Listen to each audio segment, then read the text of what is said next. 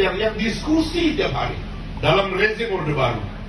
Pikirannya ini kan pikiran Eropa. Habibie ini kan orang pintar dari Jerman. Pak Prabowo ini kan orang yang hidup dan lahir di luar negeri. Lalu kemudian memutuskan masuk tentara. Ini orang pemberontak.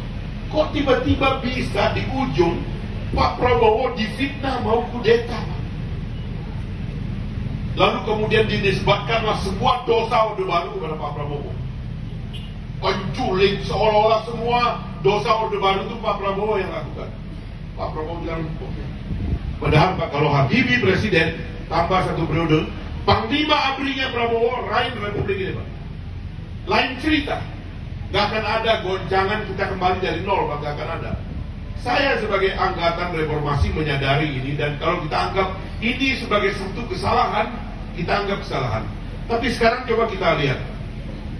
Pak Prabowo legowo mengatakan baik karena Pak Habibie sudah terhasut dan saya nggak bisa perbaiki, karena akses menemui Pak Habibie sekarang tidak diizinkan lagi oleh sahabat dekat ini yang dianggap adik oleh Pak Habibie. Akhirnya Pak Prabowo bilang saya mundur dari TNI dan kemudian beliau berbisnis. Setelah berbisnis dia bikin partai, Pak, dari nol partai dia buat. Tidak gampang, Pak. Membangun elemen institusi demokrasi tidak gampang. Saya mohon maaf kalau saya sebut satu-satu tokoh-tokoh yang bikin partai politik berakhir gagal, Pak. Ada yang profesor politik, ada yang profesor hukum. Tidak gampang, Pak. Pak Prabowo membangun institusi demokrasi sampai sukses. Sekarang surveinya Gerindra itu sudah partai paling besar di Indonesia ini. Jadi Prabowo